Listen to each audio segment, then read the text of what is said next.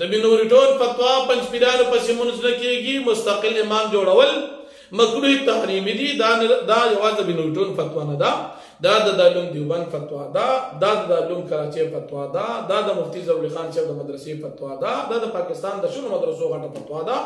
دین علاوه نور مکابرین تسکین الصدور کې شیخ صفدر رحمه الله تقریبا لس پنځه لس فتوی هغوی هم نقل کړي دي. خدا زموږ د علماء دیوبند فتوا ستاسو ټولو په باره کې الحمد لله وكفى والصلاة والسلام على من لا نبي بعده. أما بعد فأعوذ بالله من الشيطان الرجيم. بسم الله الرحمن الرحيم. يا أيها الذين آمنوا اتقوا الله وكونوا مع الصادقين. صدق الله العظيم. زما محترم سورج وړاندې د بنوریټون د مدرسې یو فتوا شایع شوې ده د پنځپیریانو په باره کې چې د دوی پسې مونځ کول مکروه تحریمي دي. د هغې نه بعد د پنځپیریانو په جماعت باندې یو غوبل جوړ دی او یو ماتم پې جوړ دی چې هر پنځپیری د خپل ګوټ نه آواز کوي او هغه فتوی پسې بدره دی او سپک سپورې وایي. په هغې کې بیا زموږ استاد محترم ترجمان علماء دیوبند حضرت مولانا مفتی محمد ندیم محمودی حفظه الله ورعاه دی پنځپیریانو ته یو ډېر بهترینه طریقې سره د مناظرې دعوت ورک چې د دې سپکو سپورو د بې ادبۍ نه څه نه جوړېږي. که مثال تاسو سنجیده طریقې سره موږ سره په دغه موضوع باندې چې پنځپیریانو پسې مونځ نه کېږي تاسو موږ سره کښېناستئ نو د دې شور او غوبل په نسبت په دا ډېره فایده خلکو ته ورکړي. لیکن په هغې باندې هم دوی قلار نه شو او مغه خپل ګډ وډو ګستاخیانو سپکو سپورو ته دوام ورکړ. په هغې مولیانو د دوی کې یو څو مولیان داسې دي چې د هغې خبرې چونکې د جماعت په لحاظ سره دوی چې دغه مشران دي د هغې ته به انشاءالله موږ هم لږه توجه ورکړو چې دوی څه وایي. په 11 مارچ 2023 باندې واحد الله وحدان صاحب کلپ کړی دی او په هغې کې د فتوی په باره کې دا ویلي دي چې دا جامعه بنوریټون د کراچۍ چې کومه مدرسه ده د دوی دا فتوا د حیات النبي علیه السلام د پنځپیریانو په باره کې چې کومه ده دا په جمعیت باندې لګي. دا خبره حالان کې د دروغ کړې ده. دویمه خبره دی کې چې د عذاب قبر ټولې فتوی دا په جمعیت باندې لګي، دا هم دروغ وي ځان لاسې جامع جوړي. دریمه خبره ده د استاد محترم ترجمان علماء دیوبند په باره کې ډېر نازیبا او سپک الفاظ استعمال کړي دي. تقریبا دغه الفاظ یې ډېر پیر استعمال کړي دي. خو واحد الله وحدان صاحب بطور تنبیه او خبر در کوم صاحبه جواب کې الفاظ د مهذب استعمال او که جواب کې استاد محترم په باره کې استا الفاظ د دې 11 مارچ د کلیپ په شانوي نو بیا به ګیله نه کړي.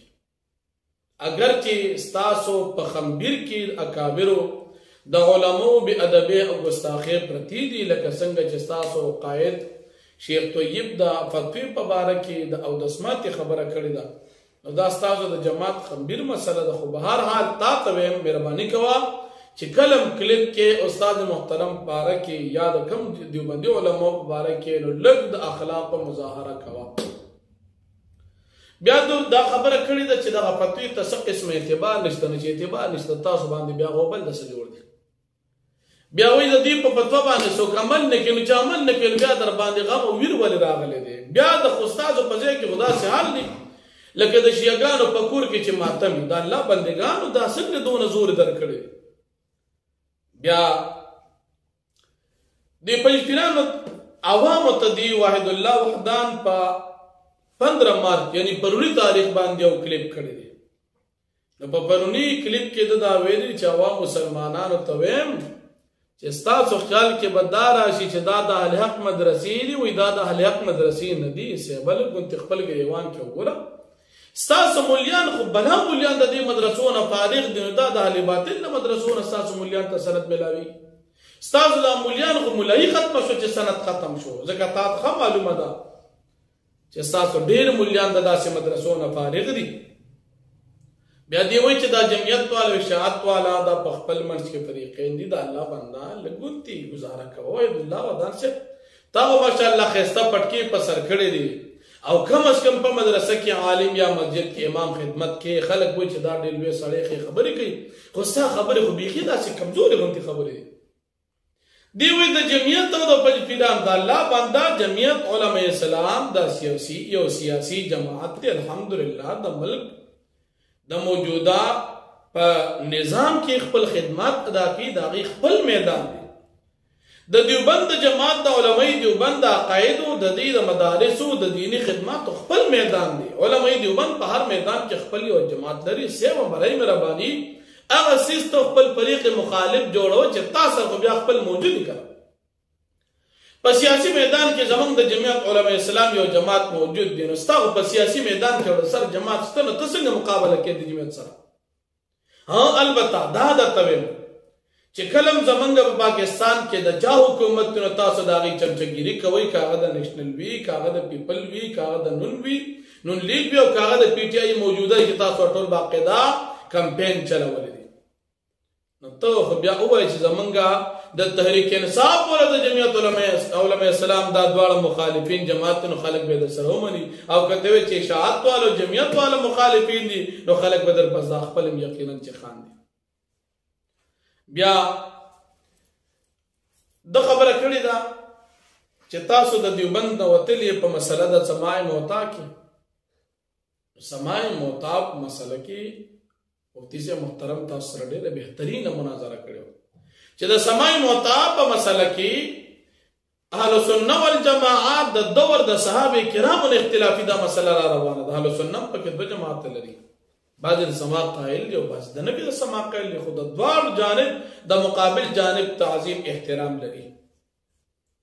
او تاسو مسله بیا جدا ده تاسو وایئ چې سماع موتا قائلین دا مشرکان دي نو تاسو سره بیا اختلاف زمونږ په جدا حیثیت باندې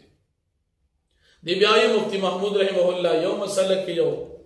مفتی محمود رحمت الله علیه په خلاف باندې گنگوہی صاحب او عثماني صاحب او تقی عثماني صاحب دی جدا خبره کې د الله باندې بنده لګونته سوچ کوه دا څه خبره کې سمه متا مسله خو تاسو مناظره شي وو ک بیا مطمئن شوی نه خیر دی بیا وره بیا دا مسله کړی دا چې د ثوابه په مناظره کې حیات النبی علیه السلام مناظره وی پاغه کې تاسو شکست خوړل دی زما په خیال چې دا خبره کې زله کې خیاري چې شکست مونږ خوړلو نو مفتی مجتبی صاحب د امام غایب ولې جوړو ثوابه په مناظره کې چې مفتی مجتبی صاحب ستاسو د جماعت د نماینده په حیثیت ناستو دا غي ورنه تر نن وخت پورې ولې میدان د مناظرې نوم نه دی خپل په دې باندې سوچ وکړه 1 اگست 2015 هغه تاریخ دی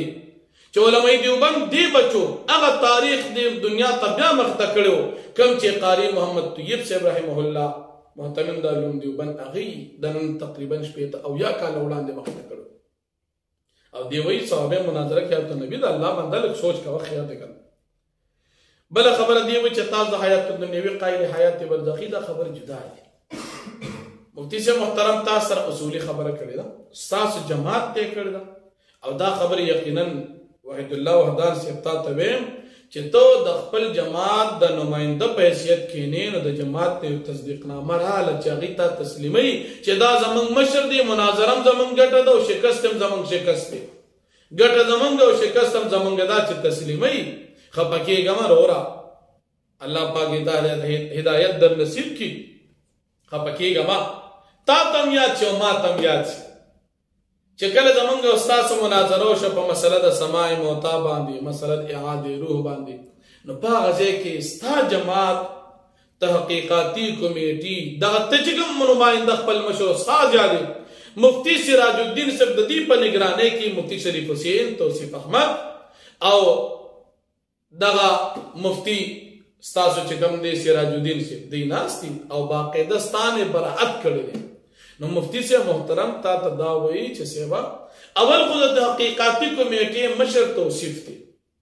تاسو یې تحقیقاتي کمیټې ختم شوې ده خدای چې ختم شاټوله سم تحریفاتي کمیټې خدا ختم کړه ساتو جماعت ارشاد التوحید والسنه مشر شیخ طیب دی صوبای امیر تاسو مفتی سراج الدین دی تاسو د مناظرو هغه دنیا مخ ته خلک تاسو نیغ نیغ کوي هغه توصیف دی نو خیر دی تاسو د دینه د جماعت د نماینده په حیثیت باندې او پیټ باندې لیکل لا واخلي چې زمونږ او تاسو په مسله دا بنورټون د فتوی باندې مناظره وشي. د بنورټون فتوا پنځ پیرانو پسې مونږ نه کېږي، مستقل امام جوړول مکروه تحریمی دي. دا یوازې بنورټون فتوا نه ده، دا د دارالعلوم دیوبند فتوا ده، دا د دارالعلوم کراچۍ فتوا ده، دا د مفتی ضروري خان صاحب د مدرسې فتوا ده، دا د پاکستان د شنو مدرسو غټه فتوا ده. دین علاوه نور مکابرین تسکین الصدور کې شیخ صفدر رحمه الله تقریبا لس بنزل لس فتوی غیر نقل کړي دي. خدا زمونږ د علماء دیوبند فتوا ستاسو ټولو په باره کې دا یوازې دا نه چې دوی ورکه بس غلط چول نه نور راټیکو. نو ګوره که مثال تاسو وایي چې دا فتوا د بنورټون غلط ده، فتوا د بنورټون ټیک ده، پنځ پیرانو پسې مونږ نه کېږي، دا زموږ او ستاسو موضوع شوه. پنځ پیرانو پسې مونږ کول مکروه تحریمي دي، د اهلسنه والجماعه نه خارج دي، اعتقادي بدعتیان دي، ګمراه دي، د نجات والا جماعت نه خارج دي، مستقل امام جوړول د دې مکروه تحریمي دي. او د دوی سره تعلقات ساتل، د دوی بیاناتو ته کېناستل، دا مفتی یوسف لیدانوی شهید رحمه الله د فتوی مطابق دا ناجایز دی. دغه فتوا ده که په دې باندې مثال تیاری یو ښایسته ورکوټې غوندې لیکل داسې خپلو کابرینو نه راوړه چې هغه وایي چې په دغه فتوا د بنورټون باندې مناظره ده، دا زموږ د جماعت د نماینده دي او دا به زموږ د جماعت دپاره فتحه یا شکست دواړو کې ذمه دار دی وي. موږ ټولو سره په دې باندې تصدیق کوو. د مشر تقریر، د مشر دستخط او د مشر سټمپ تراواله، که هغه د شیخ طیب وي او که هغه د مفتی سراج الدین وي، که ستا د جماعت د بل کوم مشر وي، خو داسې سړی چې حقیقت کې هغه تاسو بیا سبا تسلیموئ، هسې نه سبا د نه بیا انکار کوي. او نور عام مسلمانانو ورونو ته دا پیغام ورکوم، زما مسلمانانو ورونو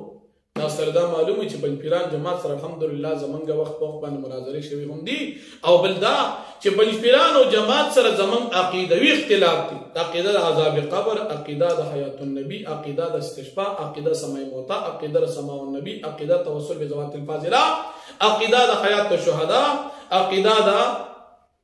توسل بذوات الفاضله، عقیده تبرک باثار الصالحین، او د دین علاوه تحریف قرآن په دې مسله کې دې سره زموږ اختلاف په نور دین علاوه هم ګڼو مسایلو کې شته. خو دا مې تاسو ته مشت نمونې خروارې ذکر کړو او دې بیا د پنځ پیران عموما په دې مسله کې زور کوي چې موږ حیات النبی مناظره بیا کړو. حیات النبی مناظره الحمدلله یو بهترینه مناظره شوې ده. فی الحال زموږ استاد زیر بحث مسله دا د بنورټون فتوا ده. تاسو به چې مونږ نه کېږي زموږ دعوت دا ده، تاسو په نسبانه تاسو په سیمونس کېږي دا به تاسو دا وایي. نو په دې باندې ان شاء الله مناظره وکړو، زه به تاسو د جواب پته ویم، خو چې څنګه جواب یې ته په طریقه درکړو داسې په طریقه جواب واحد الله وحدان صاحب تاسو ته جواب درکوم. تاسو به ماته د دې مقابل کې خپل پیغام پرېږدئ یا رابطه وساتئ، خو په دغه اصولو باندې الله جل شانه دې موږ تاسو ته په دغه خپل دین استقامت نصیب کی او واحد الله وحدان صاحب سات جماعت تر الله پاک هدایت نصیب کی. واخر دعوانا الحمدلله رب العالمین.